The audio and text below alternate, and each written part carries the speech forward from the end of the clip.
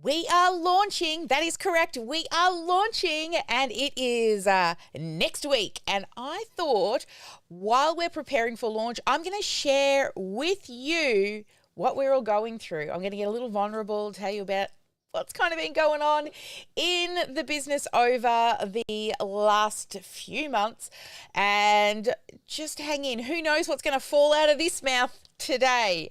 All right, so as always, let's kick off with our theme song as we wait for our VIPs to come on in, and then we'll be back with a candid conversation and some behind the scenes chat on what we're going to talk about.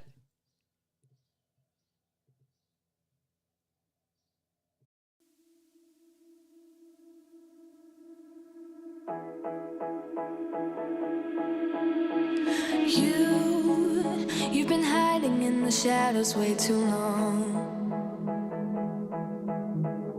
You always thought that you were weak, but babe, you're wrong. Yeah, you better step into the light, just give it a try. Think that it's time you let that spark out. You've been hiding in the shadows way too long. And who cares if you might mess it up? You're stronger than the others think. And who cares if you might mess it up? Go ahead and shine, darling. Go ahead and shine, my dear. 'Cause who cares if you might mess it up? Just shine. You shouldn't doubt yourself, 'cause you're a work of art. You should know that you are perfect with those flaws. Yeah, you better step into the light, just give it a try. Know that it's time you let that spark out. You've been hiding in the shadows way too long. And who cares if you might mess it up?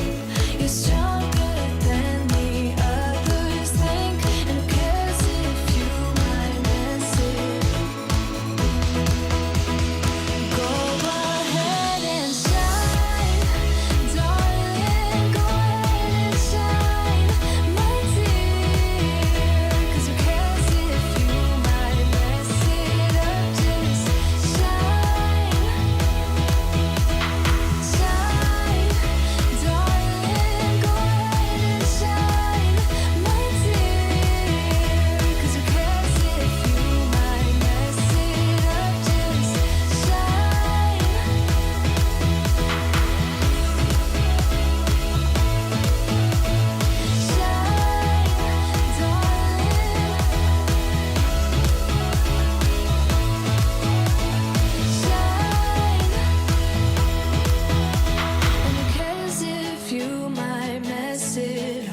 You're stronger than the others think. And who cares if you might mess it up?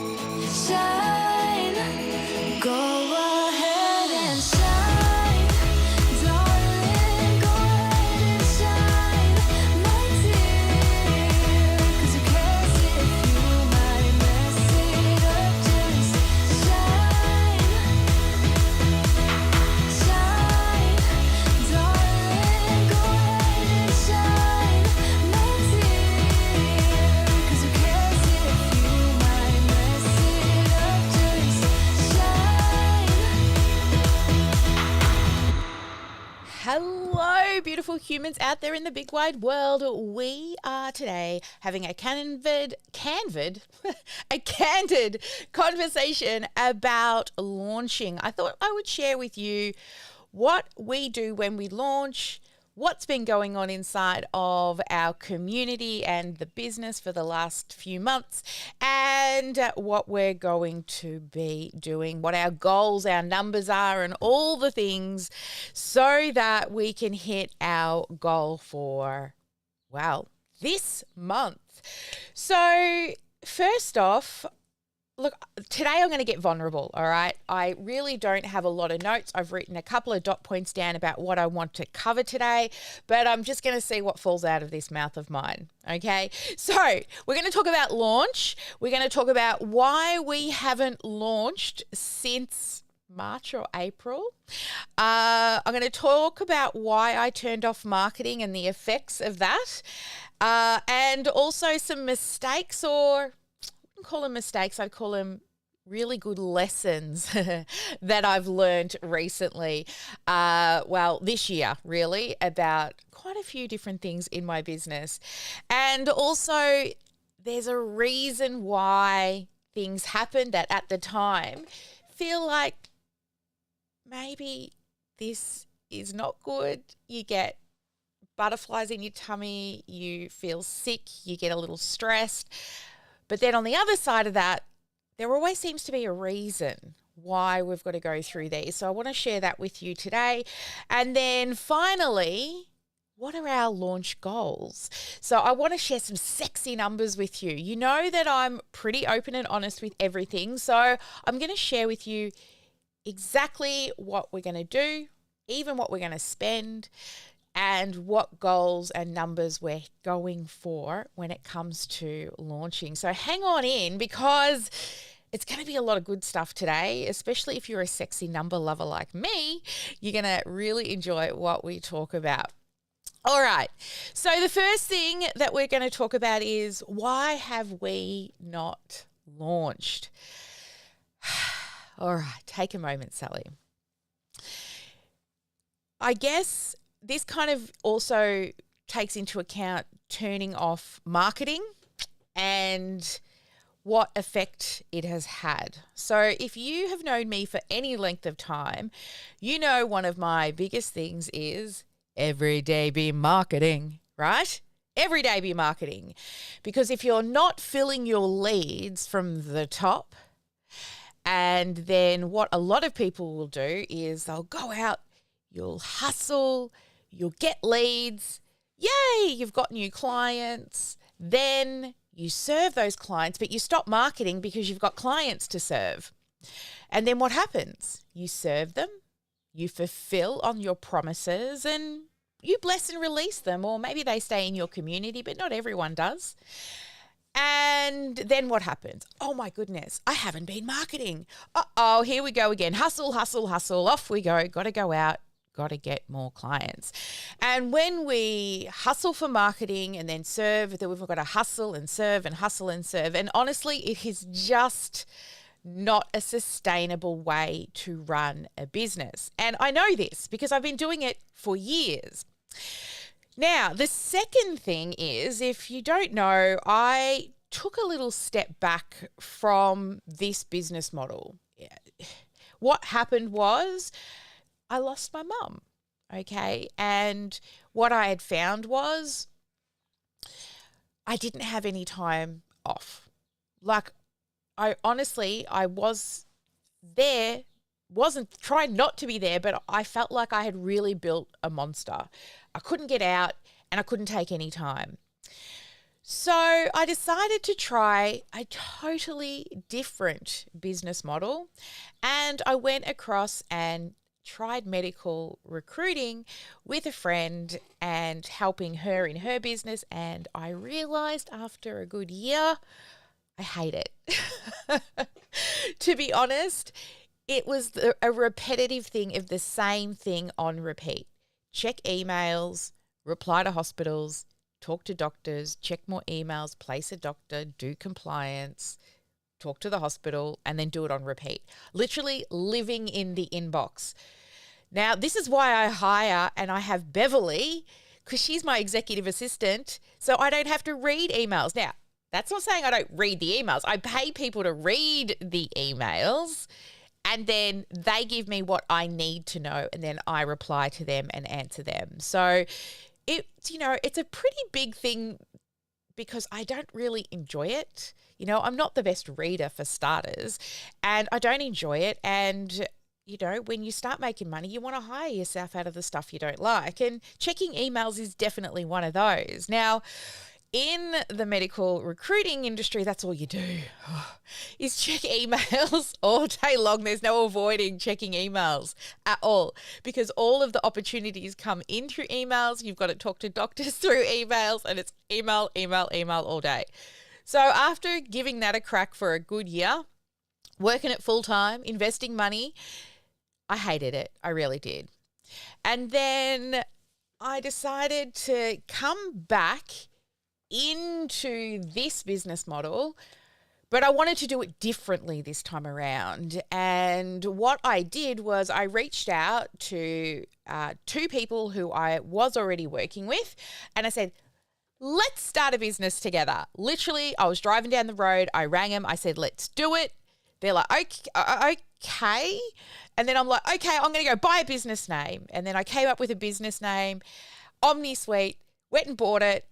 Then I'm like, okay, let's set up a company. Just Googled how, jumped into ASIC, set up the company, gave everybody shares, which apparently is equity. And that was it. We were off to the races. And in the first 3 months, we did really well. I got to where I wanted. I got to what took me 3 years to get to. I got to in less than 3 months this time because I had a lot of experience behind what it was that I'd done previously because it was super successful, made lots of money, but, I felt like really tied to it. So I brought in a couple of partners. And unfortunately, when you are running a company and you're just really starting out, you don't pay yourself anything. You pay your staff first. And one of the one of the partners, honestly, I kind of threw it at her without really thinking that she needs the money. She's not in a position to be able to work for free. So I started paying her. I was paying her still as an employee at the start, but really needed the money. So I said, well, the other two of us aren't drawing a wage. Let's do that for you. And in hindsight, I should never have done it because she could not afford to be like the owner of a business and go without in the short term to have more in the long term because she needed it right now to pay the bills. So we decided to go our separate ways, and I truly respect her. She's amazing at what she does. Kind of wish that I had never offered her the business partnership and just kept her as an employee because that way she still would have been paid and probably still be with me. Then we got approached by somebody to invest in the company, and I learned something that I didn't know. I didn't understand what equity was. Okay. Now I had spoken to a few other business owners and I said, oh yeah, I'd given away my equity. They're like, what? And then I started to learn from quite a few business colleagues because, I just Googled it and set it all up myself. They go, no. Many business owners bring in investors, bring in partners, but they do not give away shares in their company, especially if it's your IP, which it definitely is my IP that I've built over the last 10 years. So I learned a lot. When I spoke to my accountant and my lawyer, especially my accountant, he went through me like a ton of bricks. He's like, what have you done? Never do this again. Make sure you speak to me first. You don't just give away shares. There's other ways that you can bring in partners without giving away your equity. So I learned that equity is actually tied to your IP, and equity holders generally, if the equity holder was to leave the business, generally the business would fall apart because it can't run without them, right? And I'm like, oh, I didn't know.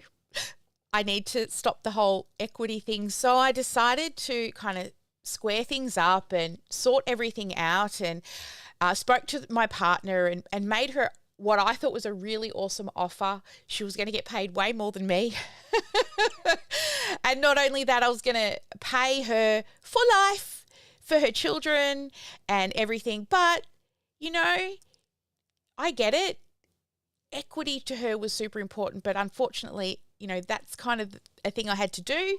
I still really care about her, and she decided to go her separate ways. She thought that, I guess she was emotionally tied to the word equity, even though I was offering her a really good, it was a small retainer every month, but like when she closes, I'd worked out, she'd get way more than I would get a year, and then a guarantee that even if she left the company or died, I'd keep paying her kids. So unfortunately, she decided to move on, and that is still a friendship that I hope that once, when we sort all our stuff out, I truly do love and care for her so much. And, unfortunately, it just wasn't the path. So I was still looking at partners, but after all of that, I'm like, do I even want a partner?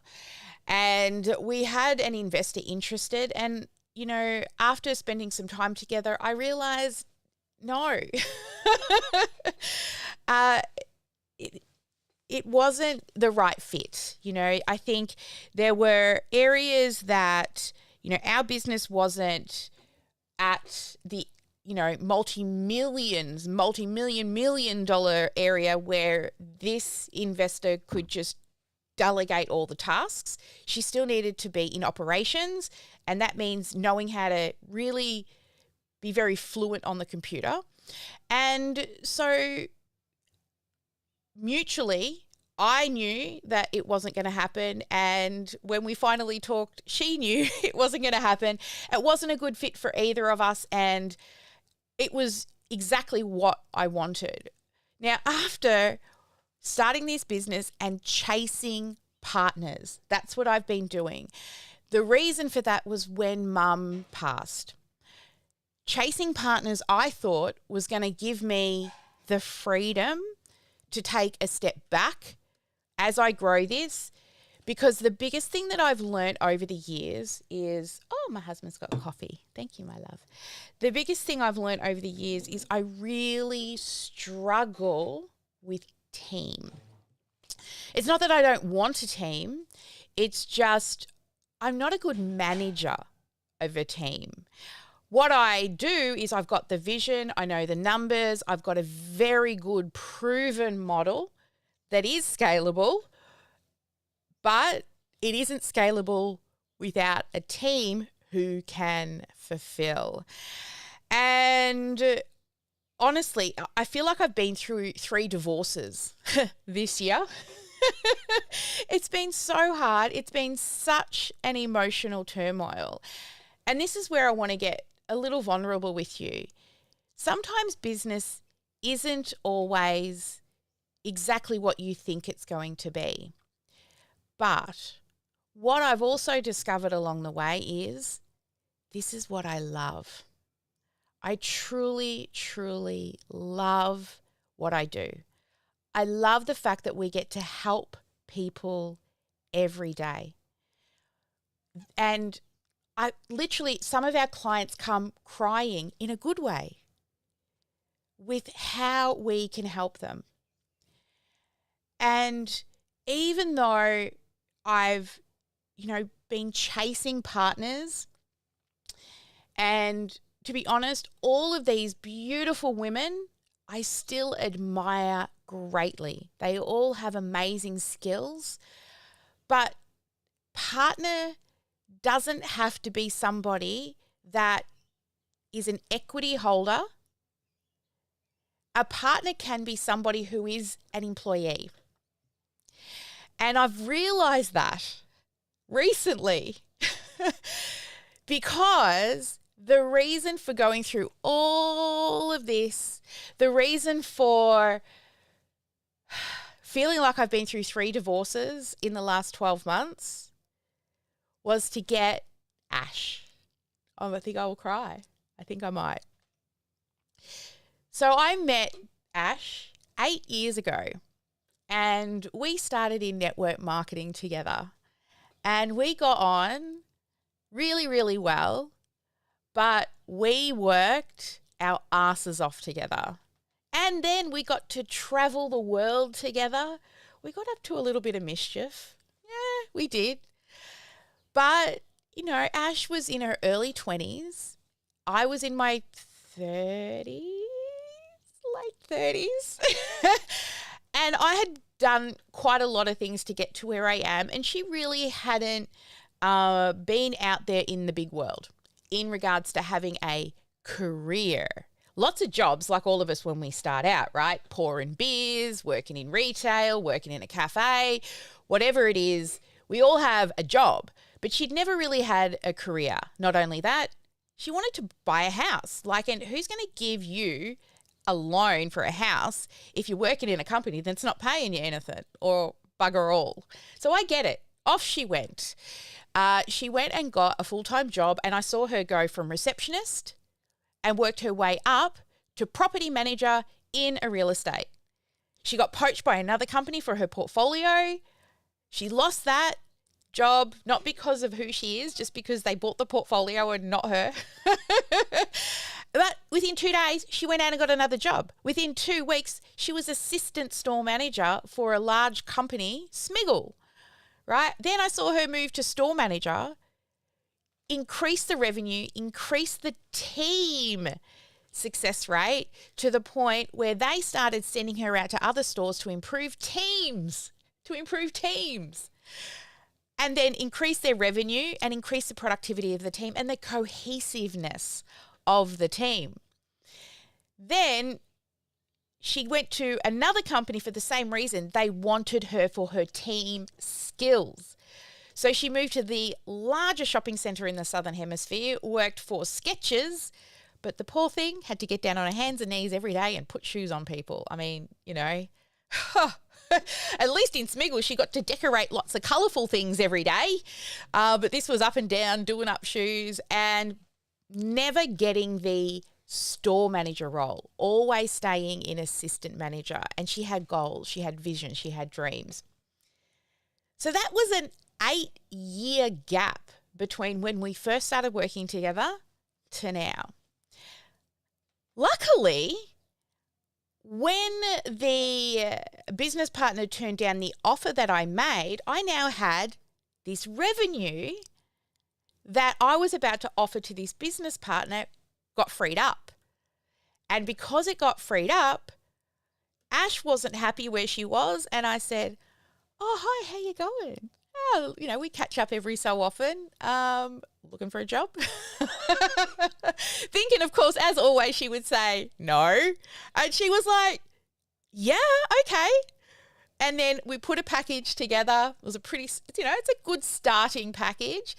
I know she's worth more because I totally see the value in her. And now I feel like I have my integrator. So if you've ever read Rocketful, you know that there's the visionary and the integrator.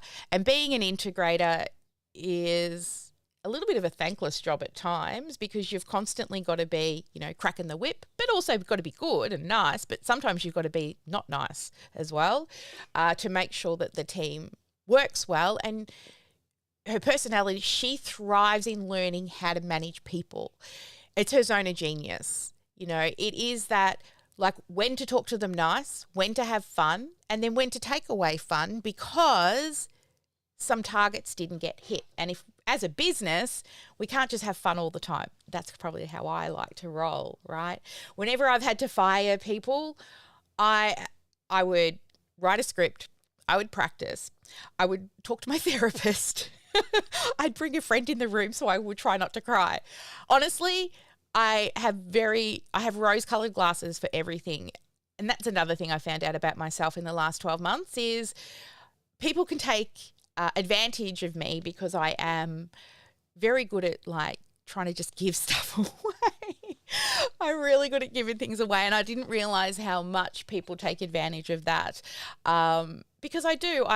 For me, if I can pay people money, I feel like, that's a little bit of the way I show love because I never really had money growing up. I used to eat out of the salvo bin, not like a real bin, but, there was a bin out the front of the salvos that people would put food in the morning. And if you got there early, you could get food to eat. And so I would go there to get food and then I'd go off to some kind of training or I think at the time I was doing how to get a job placement that was sponsored by the government. But Ash is the reason why I've been through 3 divorces this year. But I do need to ensure that I keep business and friendship separate. Also, that's a boundary I need to truly keep. So why have we not launched? Well, the reason why we've not launched is because the previous business partner and I were like, let's get the customer journey once people sign up good. When we started OmniSam, I know how to get leads. I know how to sell, right? That's not my problem. So I ran 2 launches and we brought in, I think it was 1,500 and then maybe another 2,000 on the second launch. We got lots of signups. We had over 100 subscribers to our software in less than 3 months. And really what I wanted to do was bring heaps of people in to break it, because if I wasn't putting people into the system, if I wasn't testing it, then I wouldn't know what to fix. So I knew I had to break it. Well, actually just bring lots of people through it to find out where they get stuck, what their problems are, what my problems are, what areas I need to fix. So then back in April, I think it was March was the last launch. April, we decided let's close intake and just do word of mouth intake for 4 to 8 weeks to clean things up. So first time ever, I have turned off marketing. Yep, not running ads. We went to a few networking events. I did a speaking gig for the Geelong Small Business Festival and a couple of podcasts here and there, but really there was no paid marketing because I didn't want to bring in more people until we'd cleaned up everything. So that was supposed to be sorted by June, and we were going to start running ads again in June. Then I learnt all about the equity thing and decided, hey, let's put it off until July. That then strung out through August, all of July and into August, still not launching. Also realizing it's just me, I had the choice with the investor was stop everything, build a team. And I'm like, okay, let's do that. So I stopped everything because if I started to launch, what would happen is our focus would shift to sales, right? Which is the total wrong area. The whole team would have to focus on sales, closing, and not on team and development and fixing that customer journey. Then once I decided I didn't want a partner and we both mutually agreed it was not, she didn't have the expertise I needed, I didn't have the business model she needed, and we went our separate ways. Now, guess what? We've gone April, May, June, July, August, and we're on the last day of September. That's 6 months, no marketing. I've never done it before.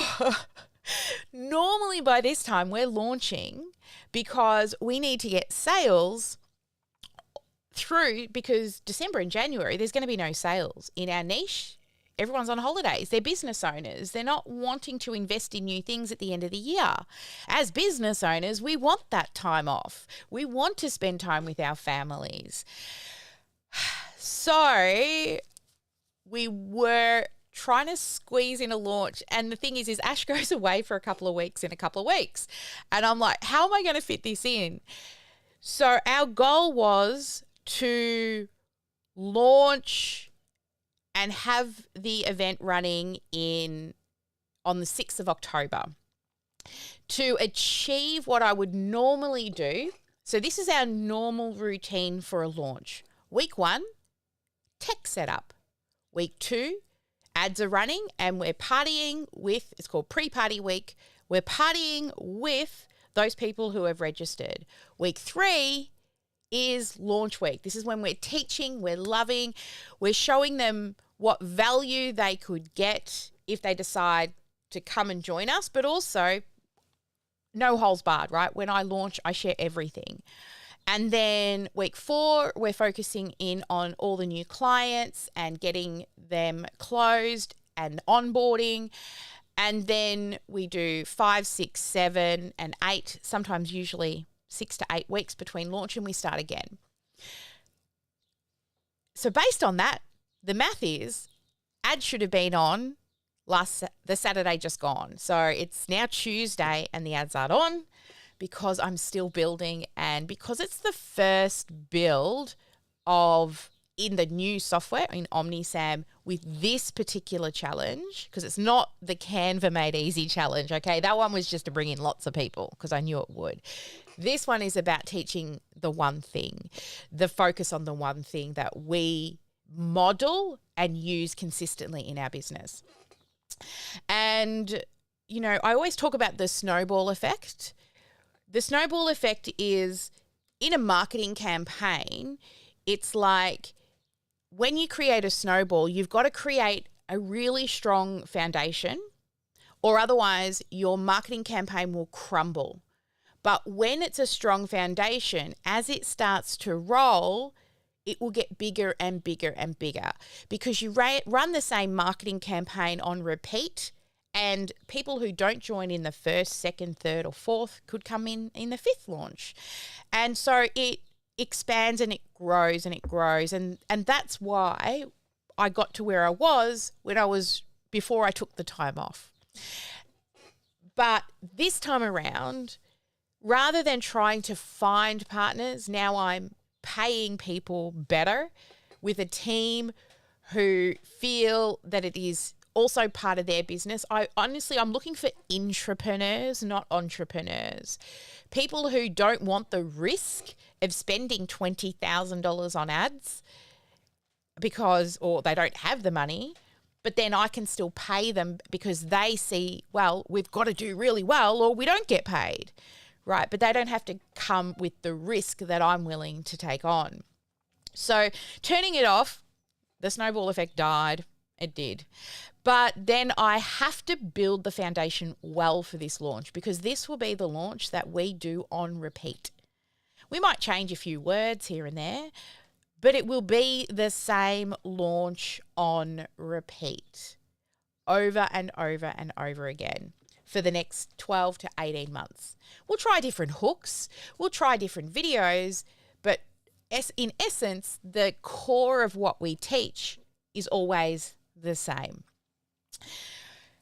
So we've got to set goals, and again, this is another time I'm going to get really vulnerable with you, and I'm going to share with you my numbers, okay, what I'm hoping to achieve, and then whether we hit it or don't hit it, we'll definitely learn a heap of stuff, a shit ton of stuff we'll learn over the launch.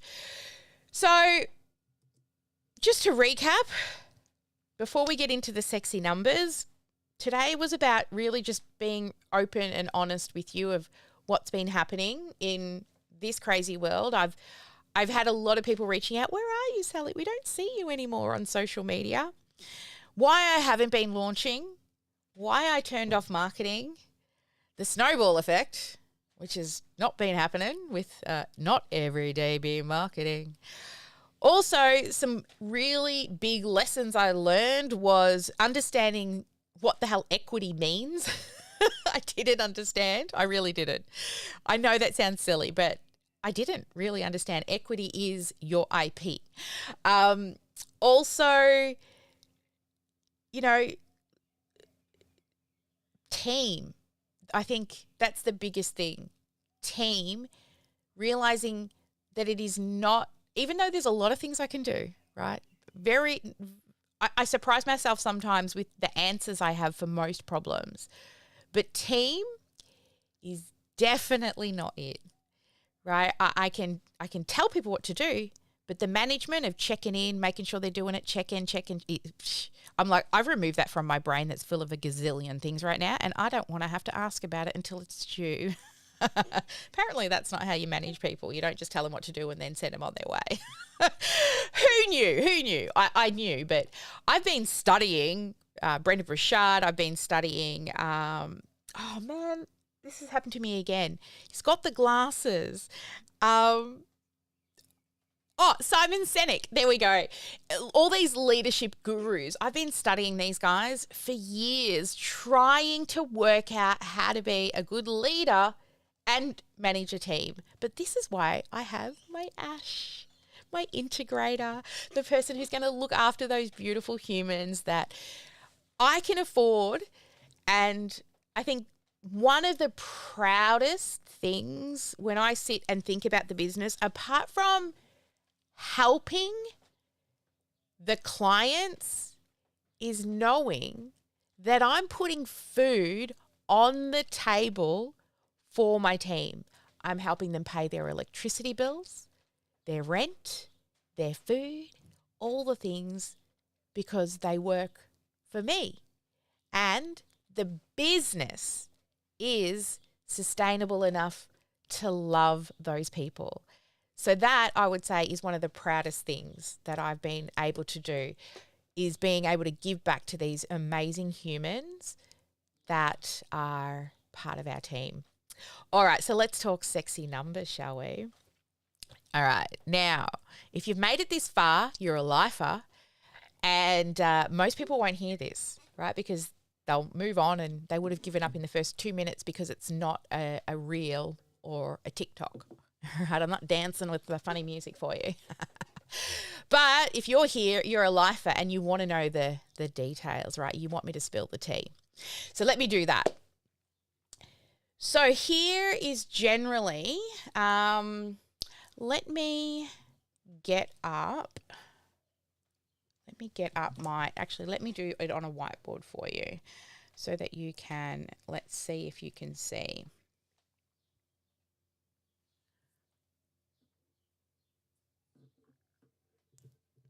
Come on, come on. All right, let's see if you can see. Is there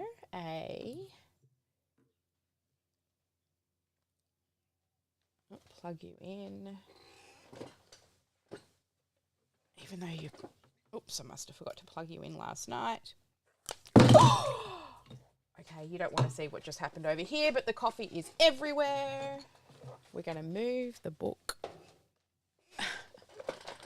We're going to keep continuing on, and you know what? It can't fall any further than all over the bench.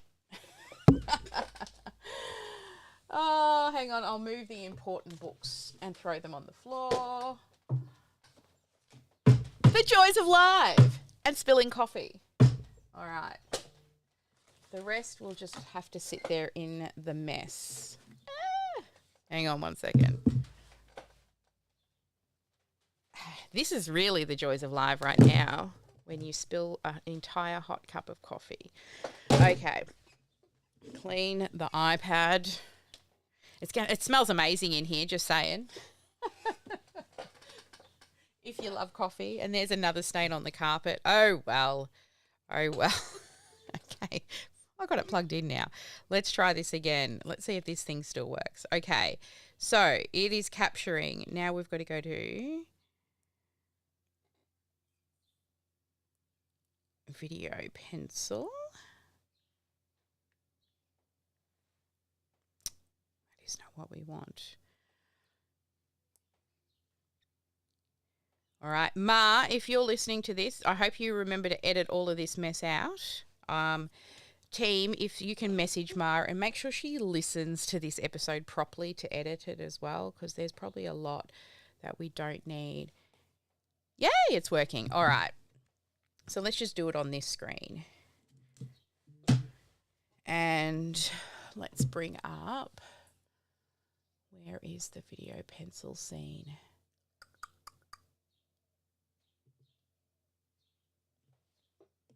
Yep, this will do.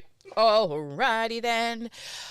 Okay, so let's just start with a starting number that we're going to use to run our ads. Now, when we're not running a marketing campaign, I like to just have a really simple $4,000 a month just it's about $1,000 a week just running on ads so that things are filling in between launch. But when we launch, we up that spend. So what I'm looking at is spending about $20,000. Now, with the $20,000, give or take. So at the beginning, I thought, I'll just do 10 because it's an untested hook.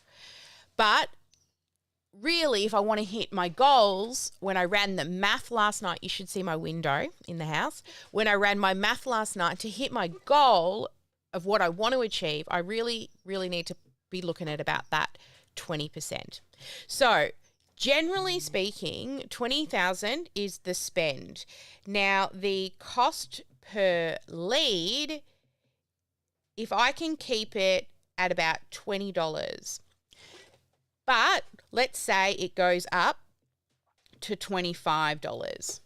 All right. So I can kind of see both sides of this. So we've got $20 for cost per lead or $25 cost per lead. So now I'm going to run the math again like I did last night on my window. And I know I could probably just ask ChatGPT, but you know what? I love running sexy math. It's like meditation. So actually, it's math meditation to me.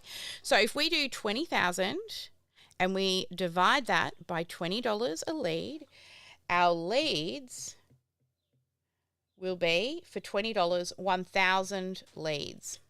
And if we spend 20,000 and it costs us $25 a lead, we're looking at 800 leads. Okay, so that's how many leads that we'll get with those two cost per leads. Now what we need is to get them from a lead into the Facebook community. So when we get them into the Facebook community, generally, well, industry standards is about 40%. But I've got a few little tricks that I've done over the years that generally gets us 60 to 70% of those people into the Facebook group. It's part of this awesome idea I had years ago that really entices people to join us in the group. So let's base that on our 70%.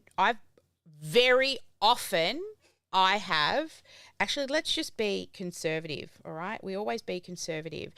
When I are doing my math, I overestimate when I'm going to spend something and I underestimate when I'm going to get something. That way I'm always winning. So let's just say, where'd you go? Let's just say 60% of those people make it into the Facebook group. So 60% of 1,000, it's an easy math, I know it is, but just don't do math live, is 600. All right, so we'll end up with, in the group, 600. Or out of 800, not 8,000, 800 times 60% is 480 of those will end up in the group. Now, generally speaking, we're goaling to close 2% of those people. So let's just run the math and say we only get 1.5% or 2%. And I've had it 2.5% before. So let's do the math on that. So we have 600 times 1.5%. That gives us 9 sales. Or 480 times 1.5% gives us 7.2 sales. And if we hit the industry standard of 2%, 600 times 2% is 12 sales, and 480 times 2% is 9.6 sales, And if it's really awesome and we get that stretch goal, 600 times 2.5% gives us 15 sales, and 480 times 2.5% is 12 sales. So these are our numbers based on a 20K ad spend. These are how many sales we should get. Now, our core offer, so this is into our academy. Our core offer is $9,000. So that's our core offer. Now, some people may buy a higher package. There's 2 other packages that are higher than that. But this is our core offer that let's just base everything on that. So based on our core offer, our, let's say, 9 sales will be at the lowest of 1.5. 9 times 9,000 is 81,000, or 9,000 times 7.2 at that higher one. Oops. 9,000 times 7.2 sales is 64,800. If we are at the industry standards of 12 sales at 9,000, we're at 108,000.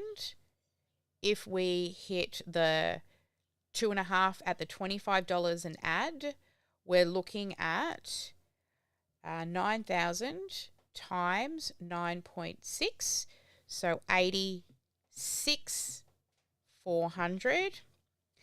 Or if we look at that higher stretch goal of 15 times 9,000, we're looking at 135,000, or between 135 and 12. Oh, well, 12's up there, is 108,000. So, based on our $9,000, we're going to earn somewhere between $64,000 as the lower one, up to the highest of 135,000. So, somewhere between there.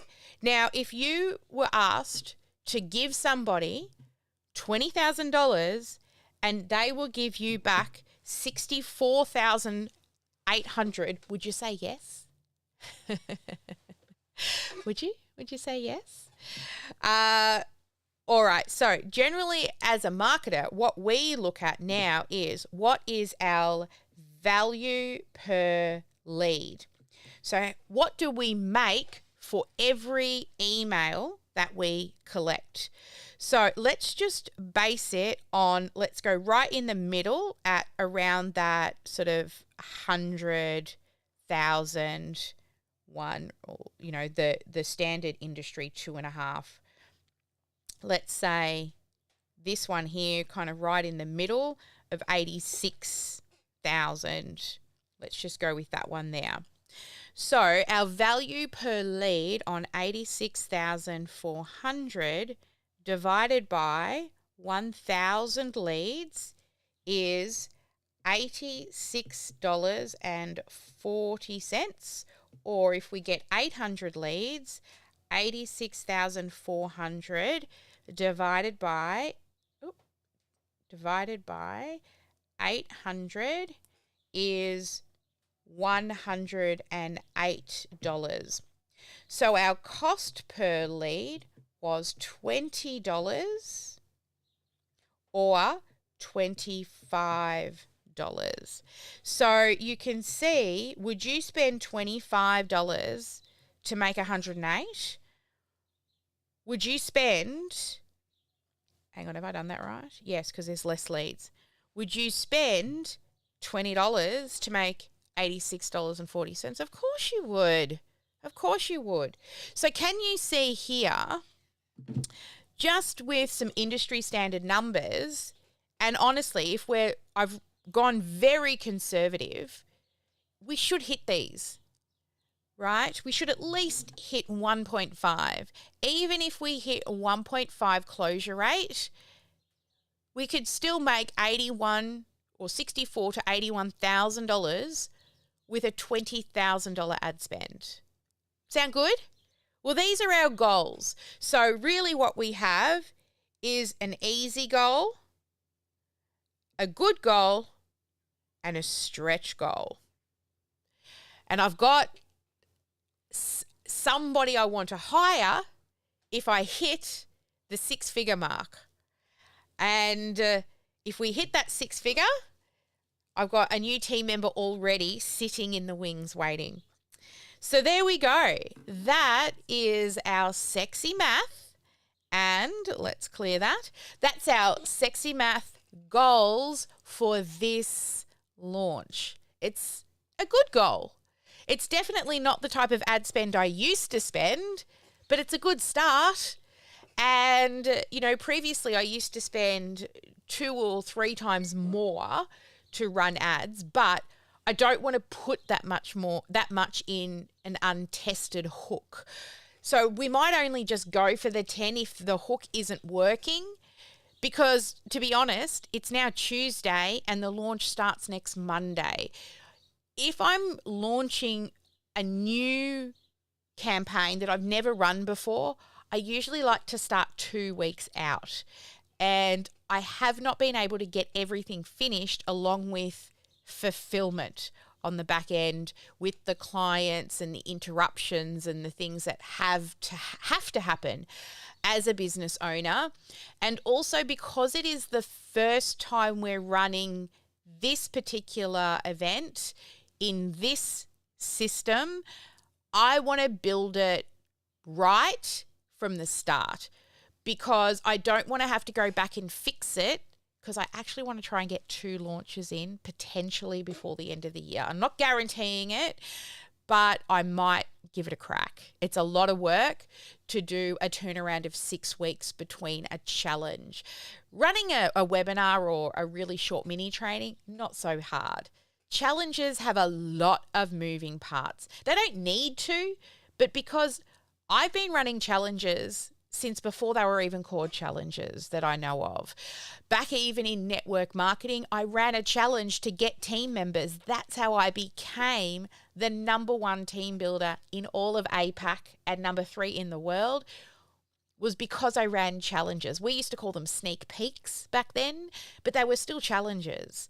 And I realize that I love the launch style of a business. I love showing up a few times a year, running a live training to help people that can't all afford me, and then getting some people that can. Our 2%, our 1%, our 1.5% of people who can right now. But the other people that aren't yet ready might not be ready now. It might be 1 year, 2 years, a few months. I've had the longest 4 years somebody stalking before they say yes.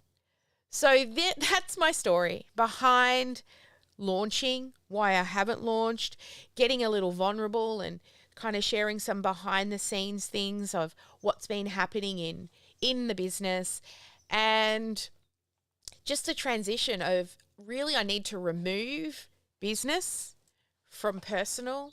I remember hearing, it was probably about a year and a half ago, I was listening to a podcast by Amy Porterfield, and she said one big thing, and she's like 12, 15 years in, right? One thing she said is she had to stop calling her team family, because there's this blurry line, and me personally, I've been taken advantage of by my team because I see them as family, and then to make them feel better, I just give them more money. And even if I can't afford it, even if I've had to borrow it from my husband to give them money, I do. And it's my personal boundaries that I have to protect better from being taken advantage of. It's not that, You can't call them family. I need to remove that connection that they are family, because I have literally taken from my family to give to my team and past team members, and I never get paid back, even with the promise that they'll pay me back. And do I chase it? No. Why? Rose-colored glasses here, pay it forward, good karma, all those things that I live and breathe by. But it doesn't always help business. So I have to try personally to set those boundaries. It doesn't mean that, we don't love them and care about them, but I can't be, taking money from my partner's bank account to give a loan that never gets paid back to team members. Yes, I've done that. Anyway, I hope you've enjoyed this episode of me getting a little bit more vulnerable with you. I've spilt an entire cup of coffee all over my desk while sharing this with you. It is a complete schmozzle over here. So as I log off, anybody out there who is a VIP, feel free to head on in now to the VOZ, because I'll be here for Q&A, for Ask Me Anything sessions for the next hour or two. I'll be in here also working on building out my funnel. And if anybody in the community wants to watch me build, I was talking about this the other day. I'm happy to sit in a room and share screen while I'm building the launch things. Clients can come in, but do not interrupt me. Don't ask me questions, because it will slow me down. I'm happy for you to get a look behind the scenes and see how I build and all the things that I'm putting together right now, but please don't interrupt me. You can come in as a stalker, okay? You can be a butterfly on the wall. So I might hang out in the butterfly room. There you go. I'll hang out in the butterfly room. You can be a butterfly on the wall, but do not interrupt me. The only people who have permission to interrupt me is Beverly, she's my executive assistant, and Ash, because she's our customer success manager, but nobody else is allowed to if you want to stalk and watch me build the funnel. I was thinking, what's the name of that software? Twitch, I think it is, that people like stream their video games and things like that. Maybe I'll stream it on Twitch as well. Who knows? Just having a bit of a play, because I've always been a pretty open book with everything. And over the last year, really, I have been a very closed book while I've trying to sort my shit out. And I want to move back to the way I have been, without fear, without judgment, because I'm just doing the best I can with what I've got.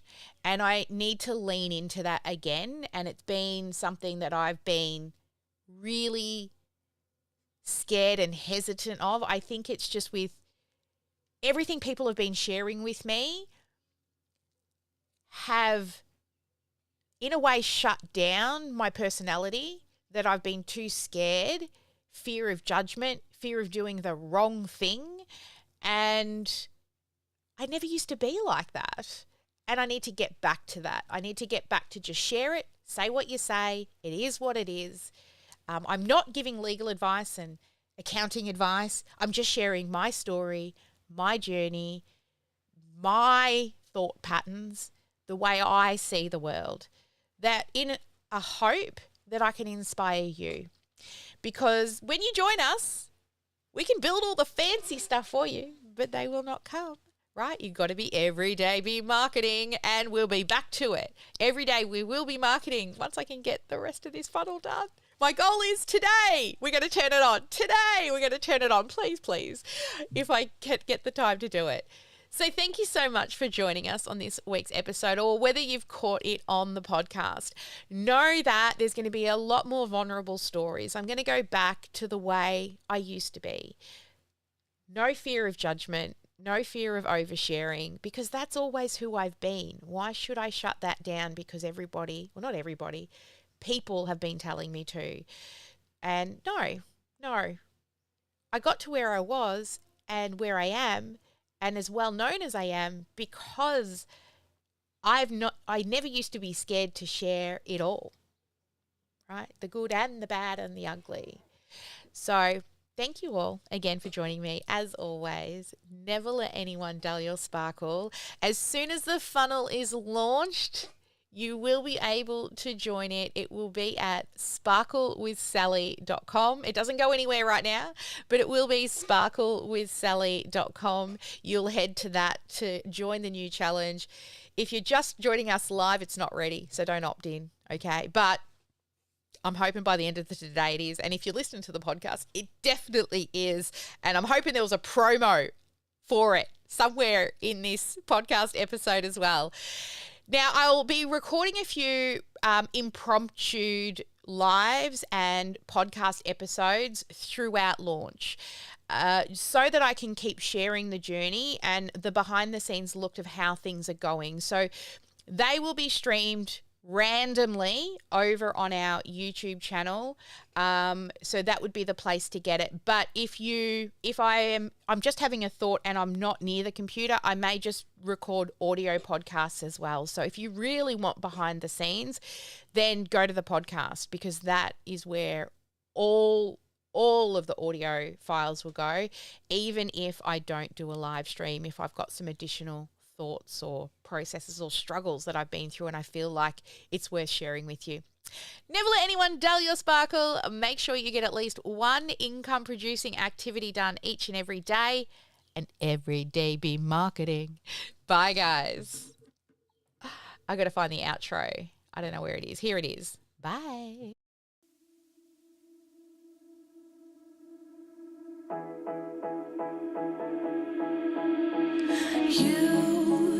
You've been hiding in the shadows way too long. You always thought that you were weak, but babe, you're wrong.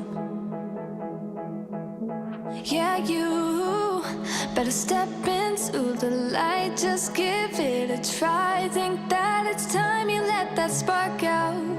You've been hiding in the shadows way too long.